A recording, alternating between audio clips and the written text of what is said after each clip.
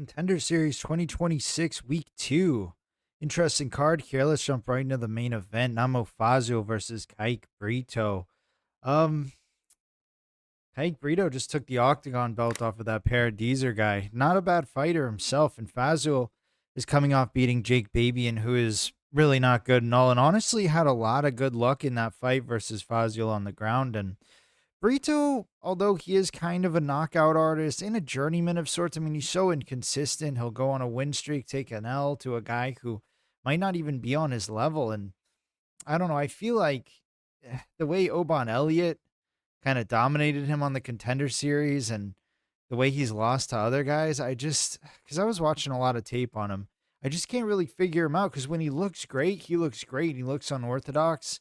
I mean, his last fight, he won with literally just throwing a spinning back fist all through the fight. But when it lands, I mean, he's vicious, man. He's got a lot of power in his hands.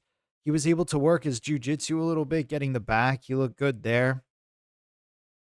Namu Fazio, I mean, having trouble with Jake Baby, and that's just a problem for me, And I've seen him get hurt before in fights, and I'm just not too sure of the level he's really up against. Whereas I know Brito has fought legit guys, so I even see on Tapology that 85% are taking Fazio. I mean, I think that just might be name value because a lot of people saw the Netflix card and he's kind of just a name, and you figure the UFC might want him to win, but I'm still kind of trying to process why the UFC bought all these MVP guys, especially when MVP merged with PFL.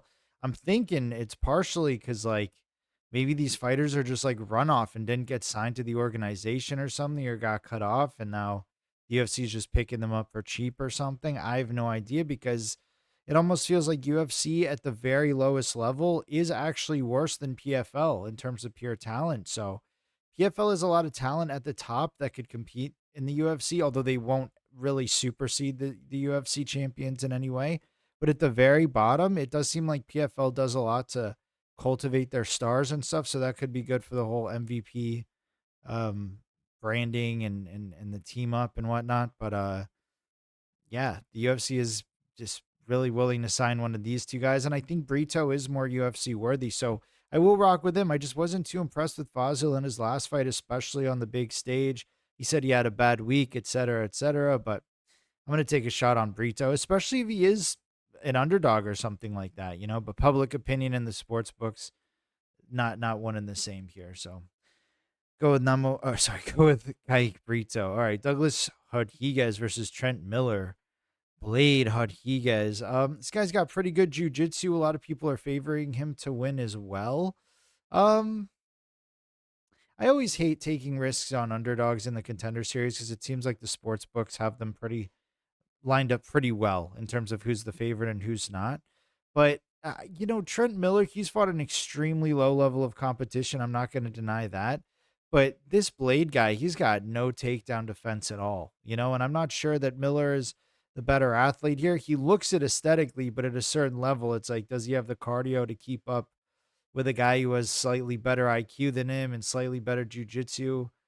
It looks like Miller can wrestle though, and I'm just tempted to take the underdog here because I'm just not super impressed with Blade. I feel like Blade's going to be the favorite though, and be the guy favored to win by a lot of just of the public watching. But part of me just wants to take a risk on Trent Miller. He was calling for Maynard in his last one, and I don't know. It's a tough one. So I'm always willing to take an underdog if I see enough value in them. And no odds have been released, but I already know Blade's going to be the favorite just because of his level of competition and whatnot. But Contender Series guys can surprise you. They really can. So they are, I don't know, they are bringing in a lot of like lower level guys. And I'm not sure if they're just bringing him in to lose or if they're just, giving him another shot because he also was on last year's Contender Series and he got smoked by Ryan Gandra, but I think Gandra's got a lot of potential himself. So this Contender Series card has a big theme to it, and it's giving guys a chance who lost to guys who have real talent that they didn't know at the time had talent.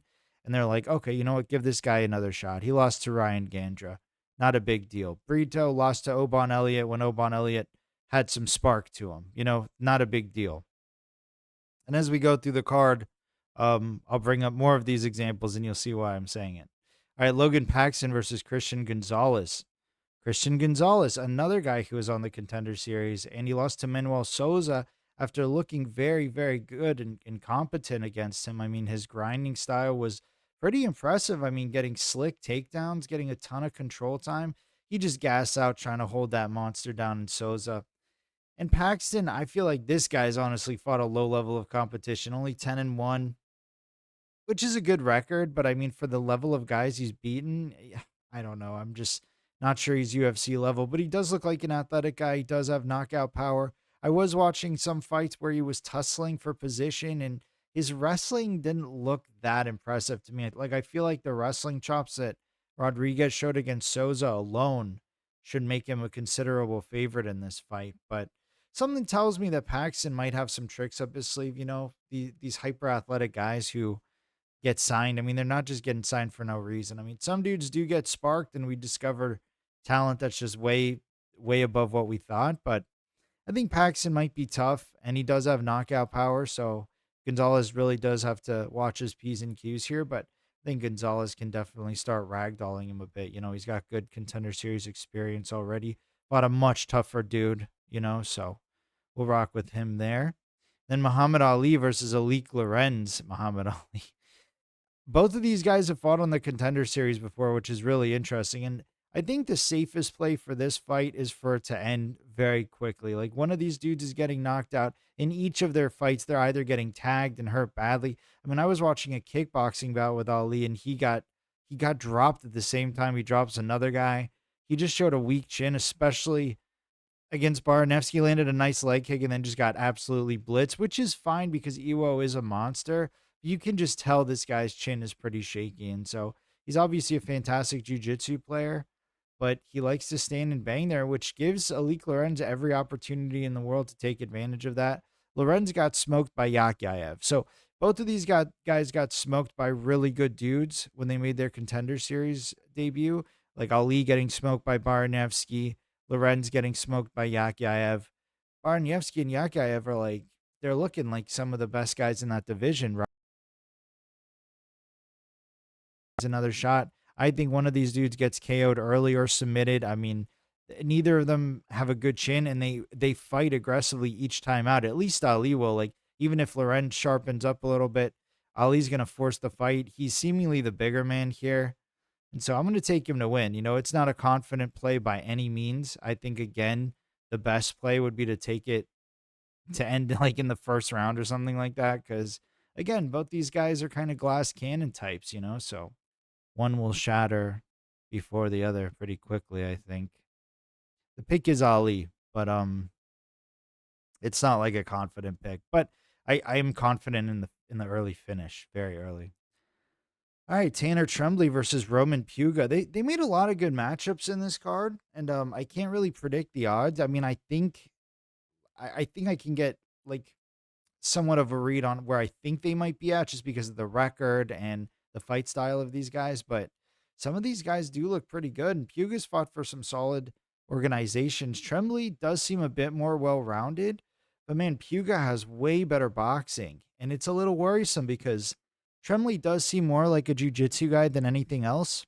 And Roman Puga's not fighting for just like any organization. He has fought for LFA, so that is impressive. They both fought for LFA, so I guess it goes both ways. But I don't know. I don't think Puga should be underestimated here. I feel like if Trembley is having a hard time grounding the fight, I don't think he's gonna have a ton of luck on the feet because Puga seems super durable. He's got the better hands, and he could definitely walk Trembley down at some point if Tanner's just tired in there because he can't ground the fight like he once did, and he's just struggling on the feet because it looks like Tanner's got a lot of knockout power, but he kind of pushes the pace early, and if guys can survive, he'll slow down a little bit. And I think that Puga being the better boxer, maybe not the harder hitter per se. I think Trembley does hit harder, but Puga being the guy who's able to outlast and keep throwing in the third round and be able to finish a guy on the feet, I do think Trembley is going to use his ground game a lot more in this one, even though I've seen him wipe out a ton of guys 7-0.